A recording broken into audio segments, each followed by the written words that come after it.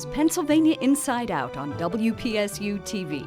Here's tonight's host, Patty Satalia.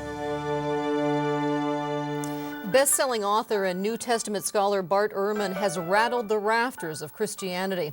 A graduate of the conservative Christian Moody Bible Institute with a Master's of Divinity and a PhD from Princeton Theological Seminary, he now chairs the Department of Religious Studies at the University of North Carolina, Chapel Hill.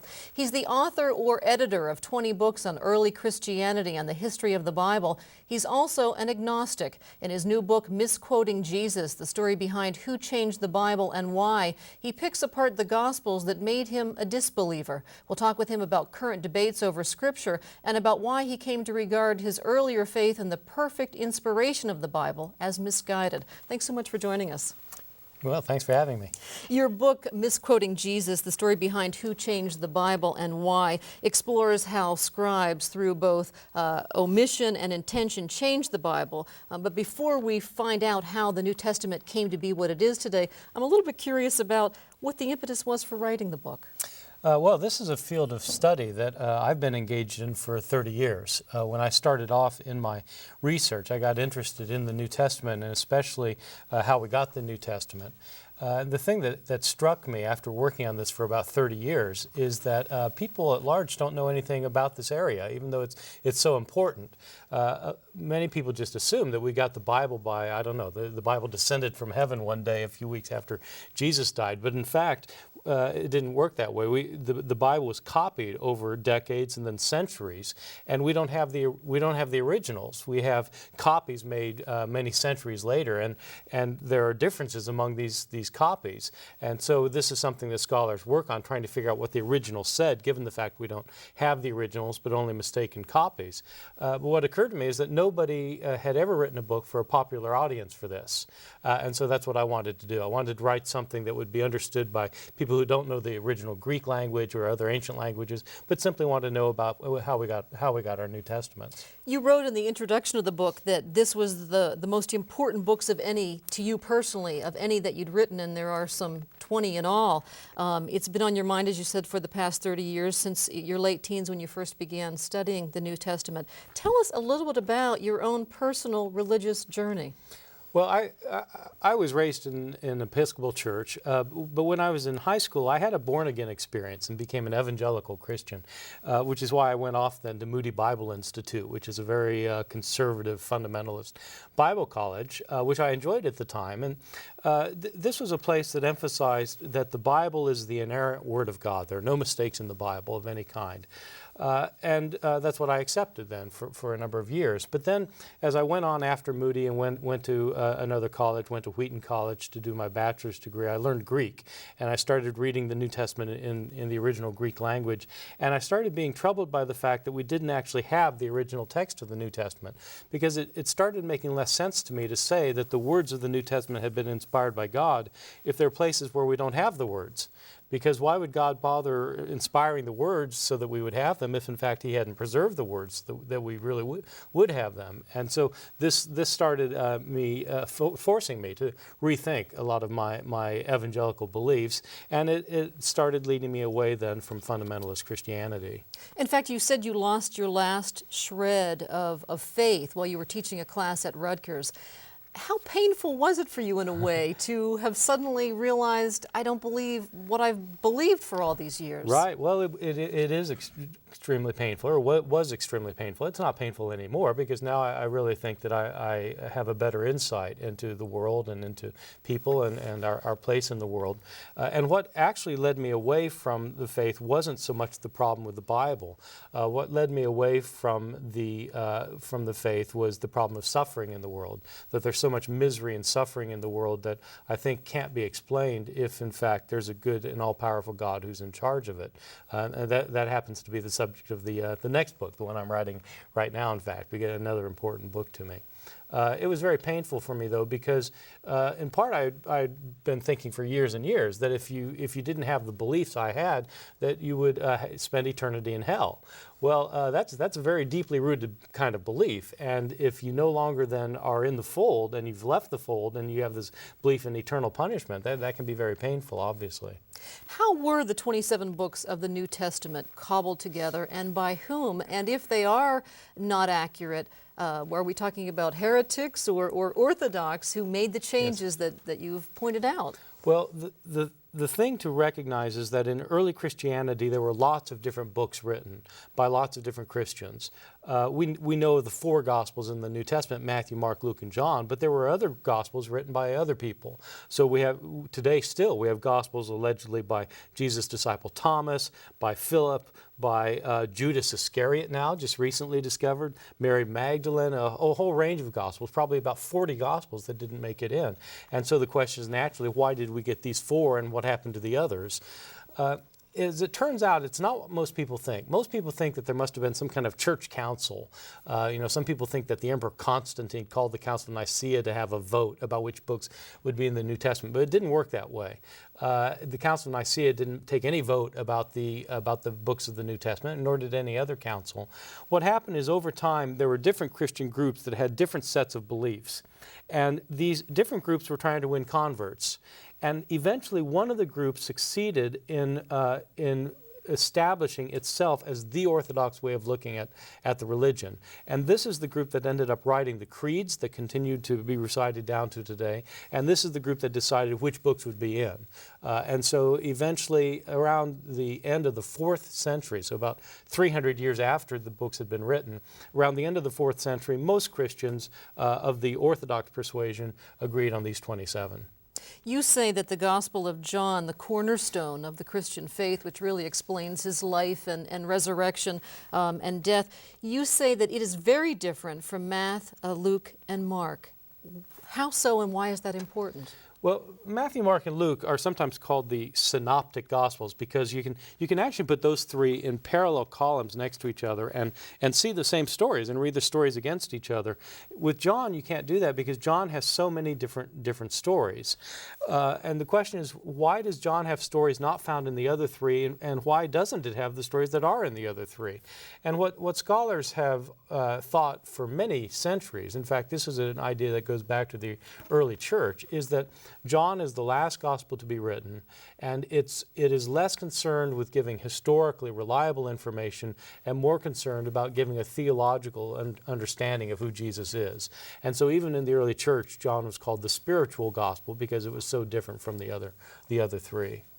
In Misquoting Jesus, you cast doubt on any number of New Testament stories, episodes that are really sort of the cornerstone of Christian belief. One example, one of the most famous stories in the Bible, deals with a crowd that's ready to stone an adulterous woman to death, and Jesus leans down, doodles in the dust, and then says, "Let the one without sin cast the first stone." The crowd backs off. You say that story is likely fiction. Well, absolutely. And, I didn't come up with this idea. In fact, scholars have known for several centuries now that this story, which is, I think, probably the most popular story in the Gospels, this story wasn't originally in the Gospel of John.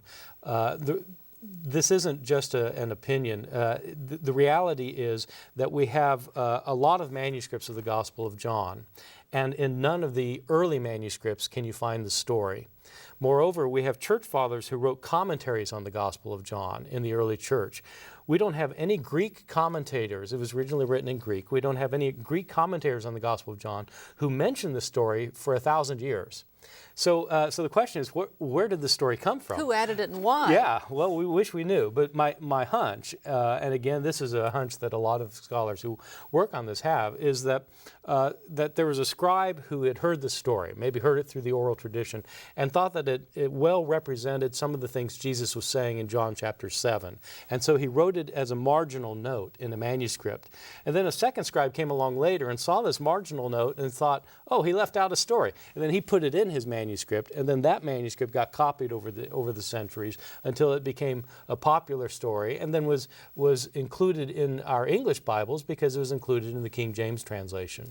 Now, in researching your book, you spent years reading texts from the Old Testament. We're talking about in ancient Greek, without punctuation, without capitalization, thousands and thousands of pages. How arduous an ordeal was that? And yes, well, it's not for the faint of heart. It's this is a difficult field of study, but a very important field of study, and it's there aren't that many people who engage in it because, in fact, frankly, it's rather boring. I mean, reading Greek manuscripts is not the most exciting thing you can do on a Friday night, but it is extremely important because the New Testament was originally written in Greek, and since we don't have the original manuscripts, all we have are later manuscripts, we have to look at these manuscripts and compare them with one another to know where there are differences among them.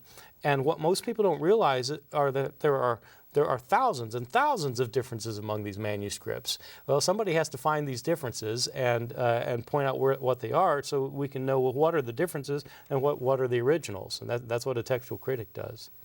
This is Pennsylvania Inside Out. I'm Patty Satalia, and our guest today is a New Testament expert. He's chair of the Department of Religious Studies at the University of North Carolina at Chapel Hill, a best-selling author and an agnostic. Some say he peered so hard into the origins of Christianity that he lost his faith. We're talking with him about two of his books, the New York Times bestseller Misquoting Jesus, the story behind who changed the Bible and why, and Truth and Fiction in the Da Vinci Code. A historian reveals what we really know about Jesus, Mary Magdalene, and Constantine.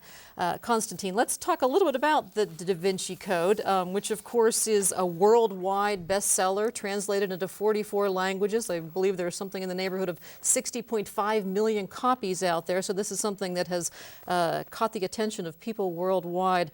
The premise of this book is that there's a conspiracy within the Roman Catholic Church. And the Vatican knows it's living a lie, but it continues to do so to keep itself in power. What do you think of the basic premise of that book? I think it's a brilliant premise if you want to sell books, and I think if what you're looking for in a book is a good murder mystery that's a real page turner that has a Vatican cover-up, this is a formula for success, and it obviously succeeded quite well. And so I actually liked it as a novel.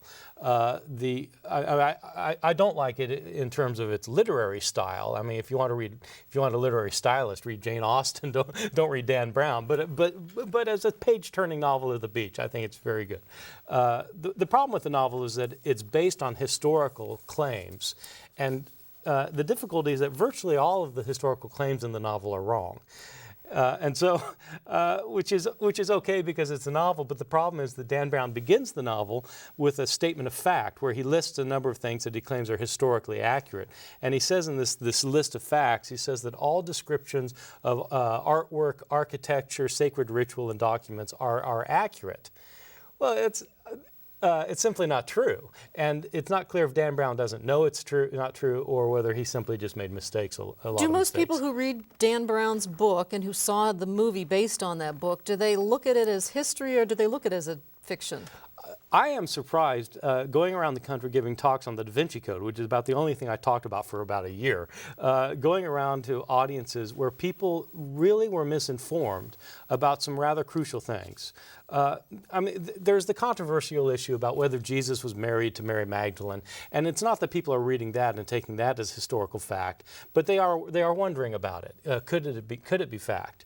But things like the idea that the Emperor Constantine called the Council of Nicaea, and there was a vote there to decide whether Jesus was the Son of God or not. That sounds plausible to people. Well, it's absolutely wrong.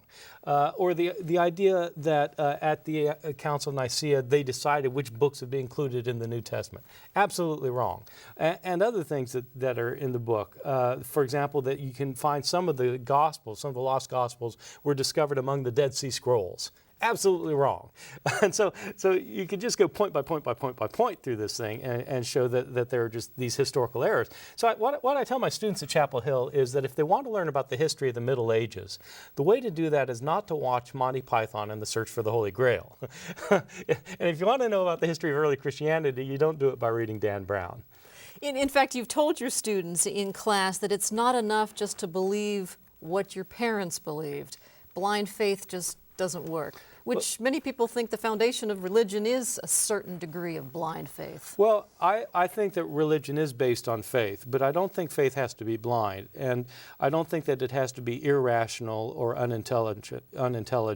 I think you can have an intelligent faith which questions the premises of your belief without necessarily threatening your belief. You could continue to believe, but be an intelligent believer who asks good questions and looks for hard answers rather than simply accepting what everybody's already told you. I mean, if everybody accepted simply what everybody told them, then everybody would, I mean, where would we be as a world? We'd all be the same religion, probably. Right, and there'd be no need for universities any longer. So that, for me, teaching religion about religion in a university is an ideal situation because students come in with ideas about religion, and these get challenged, and so it forces them to think. And I think that's a good thing. It's probably what you've written a lot about probably makes people very uncomfortable, and I'm wondering if people are able to separate the message from the messenger. Yeah, that's a good question. I think some people are better at that than others. I sometimes get hate mail. It's interesting that the most hate mail I've gotten over the last couple of years hasn't been about the Gospel of Judas that I was involved with the publication of, or some of the other, or Misquoting Jesus. Most people have gotten upset really because of particular stands that I take on the inspiration of the Bible. So my view about the inspiration of the Bible is that the Bible has to be treated like any other book is treated, because it's a book. And so if you're going to read a book, then you should read it as a book. And you shouldn't prejudge the issue about what kind of book it is, any more than you prejudge any book. You read the book and you see what's in the book, and then you evaluate it with your intelligence. And I think doing that, I think the Bible is the classic of religious literature. I mean, it is the, I mean, for good reason, it's the best-selling book of all time. But the Bible needs to be read carefully, and people need to read it critically. Otherwise, people simply use the Bible to support whatever their own particular points of view are, and I don't think that's very helpful. In fact, critics say they should read your book, but read your work balanced against other religious scholars. Absolutely. Absolutely. You shouldn't take anybody's word for it, even mine. Now, you know, there have been several books that debunk Dan Brown's enormously popular The Da Vinci Code, but most of them have been evangelicals who have been worried that his work would lead people astray. Yes. What's your motivation? Well, it's not that. I think you do get a lot of evangelicals for whom that's a concern, and you actually get a lot of Roman Catholics who have the same concern, that their co-religionists will be led astray. That's not my interest, because I don't have a religious commitment that is involved with this. My problem is that I think history is really important. I think we really need to know what happened in the past. And anytime people misunderstand the past, it affects the way they understand the present and probably what they're going to do in the future. I think that certain things matter about the past. I mean, it really matters that there was a Holocaust, even though some people want to deny it. It matters whether there were weapons of mass destruction discovered in Iraq. Things about the past matter. It matters who Jesus was. He's the most important person in the history of civilization. We ought to know who he really was.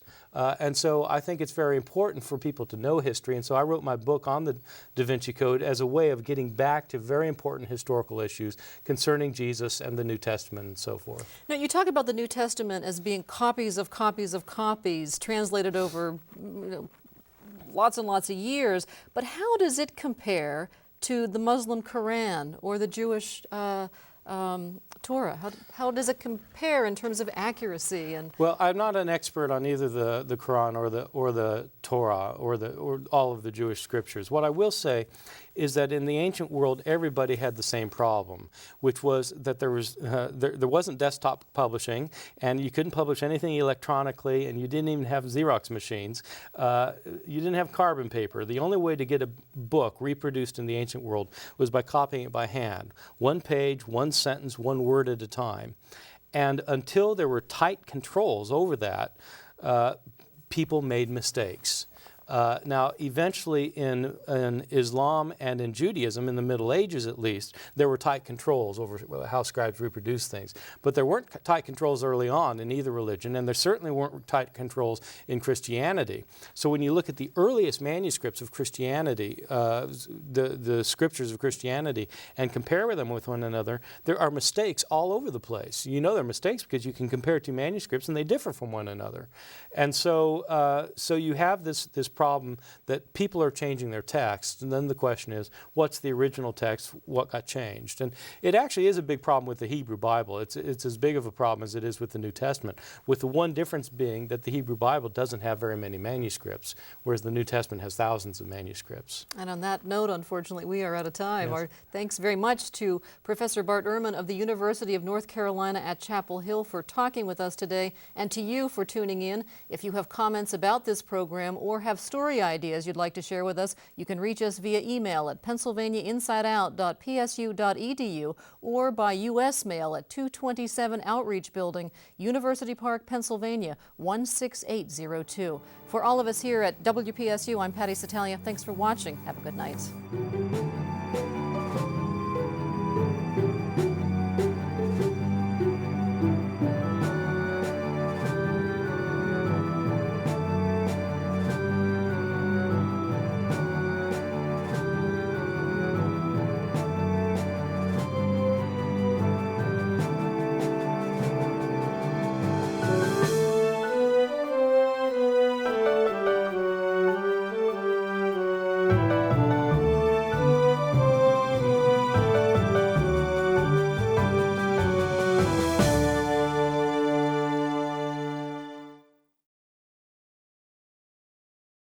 A copy of the program you've just seen can be purchased through Penn State Media Sales at mediasales.psu.edu or by calling 800-770-2111.